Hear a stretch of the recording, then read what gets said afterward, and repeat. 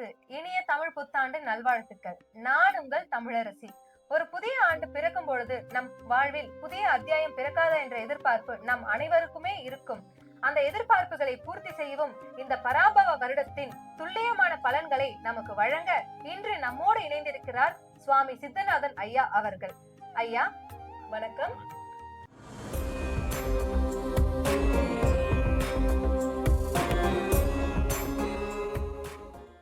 நேர்களே, இப்பொழுது நாம் பார்க்க போகும் ராசி நவ கிரகங்களின் முழு சுப கிரகமான குரு பகவானே ராசிநாதனாக கொண்ட தனுசு ராசி.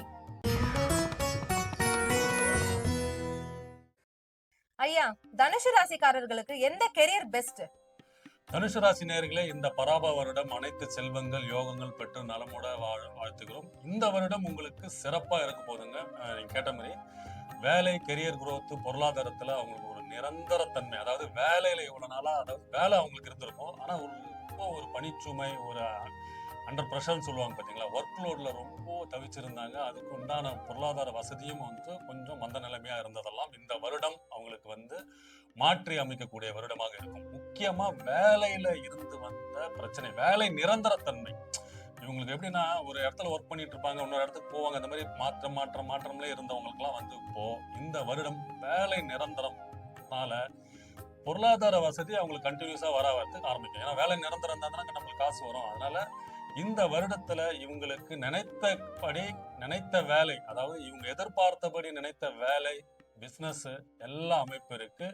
முக்கியமா இந்த வருடம் பிறந்ததுக்கு அப்புறம் குருவோட பெயர்ச்சி வருதுங்க. அவரோட ராசிநாதன், தனுசு ராசியோட ராசிநாதன் தான் குரு பகவான். அவரோட பெயர்ச்சி வர்றது இவங்களுக்கு ஒரு ஜாக்பாட்னே சொல்லலாம். ஏன்னா அவர் 12ஆம் இடத்தை வேற பாக்குறாரு, 5ஆம் இடத்தை. அதனால மாணவர்கள் படிப்பு, உயர்கல்வி, வெளிநாட்டு போய் செட்டில் ஆகுறது, வெளிநாட்டுல வருமானம், வெளிநாட்டுல வேலை, எல்லா அமைப்பும் இவங்களுக்கு பிரகாசமா இருக்கு.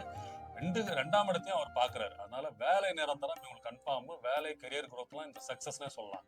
வெளிநாட்டுக்கு போற வாய்ப்பு இவங்களுக்கு எப்படியா இருக்கு தனுசு ராசிக்காரர்களுக்கு? வெளிநாட்டுக்கு போற யோகம் சிறப்பா இருக்குங்க. ஏன்னா தனுஷ ராசிக்காரர்கள் வேலை நிரந்தரம் கன்ஃபார்மாக நடக்கும். வேலையில ஒரு முன்னேற்றம், மாற்றம் நடக்கும். முக்கியமா குரு பெயர்ச்சி இந்த வருஷம் பிறந்ததுக்கு அப்புறம் நடக்கிறதுனால 8ஆம் இடத்துக்கு வராரு. தனுஷ ராசிக்கு அவரோட ராசிநாதன் 8ஆம் இடத்துல வர்றது என்னங்க, திடீர் அதிர்ஷ்டம், பணவரவு, திடீர் வேலை மாற்றம், வெளிநாட்டுல போய் வேலை பார்க்குற அமைப்பு, வெளிநாட்டிலே செட்டில் ஆகிற அமைப்பெல்லாம் இருக்கு. ஏன்னா 12ஆம் இடத்தையும் அவர் பார்க்கிறாரு. அதனால வெளிநாட்டு வருமானம், அயல்நாட்டு வருமானம், தூரதேச வருமானம், வெளியூர்ல போய் பிசினஸ் பண்ற அமைப்பெல்லாம் அவங்களுக்கு சிறப்பா இருக்கும். மாணவர்கள் வெளிநாட்டுல படிக்கிற அமைப்பெல்லாம் இருக்கும். நான் ஏற்கனவே சொல்லியிருக்கேன், இப்ப நீங்க கேள்வி கேட்டதால மறுபடியும் சொல்றேன். வெளிநாட்டுல சம்பாதிக்கிற யோகியம், பாக்கியம், அனைத்து செல்வங்களும் பெறக்கூடிய அமைப்பு தனுஷுக்கு இருக்கு. தனுசு ராசிக்காரர்களுக்கு திருமண வாழ்க்கை, லவ் லைஃப்லாம் எப்படியா இருக்கு? தனுசு ராசிகளுக்கு திருமண பாக்கியம் கைகூடும், திருமண தடைகள் நீங்கும். ஏன்னா அவர் 8ஆம் இடத்துல இருந்து 9ஆம் பார்வையா 4ஆம் இடத்தை பாக்குறாரு குரு பகவான் இந்த வருடம் பிறந்ததுக்கு அப்புறம். அதுக்கப்புறம் பாத்தீங்கன்னா ராகு பகவானும் இந்த வருஷத்துல 2ஆம் இடத்துக்கு வந்துடுறாரு. கேது பகவானும் பயிற்சி அடைகிறார். இந்த வருஷத்துல ஏற்கனவே சனி பகவான் 4ஆம் இடத்துல அர்த்தாவஷ்டமா சனியா இருந்து அவங்களுக்கு சில பிரச்சனைகள் கொடுத்திருந்தாலும் இந்த வருடம் பிறந்ததுக்கு அப்புறம் குரு பயிற்சி, ராகு கேது பயிற்சி நடக்கிறதுனால குருவின் பார்வையில் சனீஸ்வரன் வந்துருவாரு. அந்த 4ஆம் இடம் வந்துடும். அதனால திருமணம் வாழ்க்கை, திருமண பாக்கியம், காதல் கை கூடும். காதல்ல இருக்கிறவங்க எல்லாம் காதல் வாழ்க்கை அமைய பெறுவார்கள். அதுல சிக்கல்கள் மாற்றம் ஏற்படும். திருமணத்தில் பாக்கியம் கை கூடும். குழந்தை இல்லாதவங்களுக்கு குழந்தை பாக்கியம் கிடைக்கும். ஏன்னா 2ஆம் இடத்தையும் அவர் பார்க்கிறார். சரிங்களா? அதனால மொத்தத்தில் குடும்பத்தில் இருந்து வந்த பிரச்சனை, அதாவது 12ஆம் இடம்ன்றது அந்த சுகஸ்தானம் இருக்கும், அதுவும் அவங்களுக்கு ப்ராப்ளமா இருந்திருக்கும். சனீஸ்வரன் இவ்வளவு நாள் அவங்களுக்கு பிரச்சனை கொடுத்துருவாங்க. ஸோ குருவின் பார்வையில் இவங்க வரும்போது, ராகு கேதுவும் இவங்க மாற்றம் அடையும் போது காதல் சக்சஸ், குடும்பத்தில் இருந்து வந்த பிரச்சனை எல்லாம் சிறப்பா இருக்குங்க. இந்த தமிழ் புத்தாண்டுக்கு அப்புறம் வீடு, மனை இது போல வாங்குற பாக்கியம் ஏதாச்சும் கைக்கூடி வருமா ஐயா தனுசு ராசிக்காரர்களுக்கு? கண்டிப்பாக வீடு வாங்குற அமைப்பு, புதிய வீடு கட்டுற அமைப்பு, ஏற்கனவே இவங்க ஏதாவது பிளான்ல இருந்தாங்கன்னா இந்த வருஷம் கண்டிப்பா வாங்குவாங்க. ஏன்னா குரு பகவான் 4ஆம் இடத்தையும் பார்க்கிறாரு, 2ஆம் இடத்தையும் பார்க்கிறாரு. அதனால வேலை மாற்றம், முன்னேற்றம் ஏற்படும் போது அதன் மூலமா அவங்க டெவலப்மெண்ட் நடக்கும். அதனால இவங்க வீடு கட்டுற அமைப்பு, வீடு வாங்குற அமைப்பு, ஏற்கனவே அவங்க பிளான் எல்லாம் போட்டு வச்சிருப்பாங்க. இந்த திட்டங்கள்லாம் நிறைவேறும் இந்த வருடத்துக்கு. கண்டிப்பா தனுசு ராசிக்காரர்கள் இந்த வருஷம் வீடு வாங்குற அமைப்பு, யோகம், பாக்கியம் இருக்கு. எந்த தெய்வ வழிபாடு பண்ணா தனுசு ராசிக்காரர்களுக்கு நல்ல பலனை கொடுக்கும் ஐயா? இந்த வருஷம் அவங்களுக்கு சிறப்பா இருக்குங்க. முக்கியமா சிவன் வழிபாடு பண்ணணுங்க. தனுசு ராசிக்காரர்கள்லாம் நெருப்பு தத்துவ ராசிக்காரர்கள். ஸோ சிவன் வழிபாடு சிறப்பா இருக்கும். சிவன் ஆலயங்களுக்கு போயிட்டு வாங்க. பிரதோஷம் டைம்லாம் கோவிலுக்கு போயிட்டு வாங்க.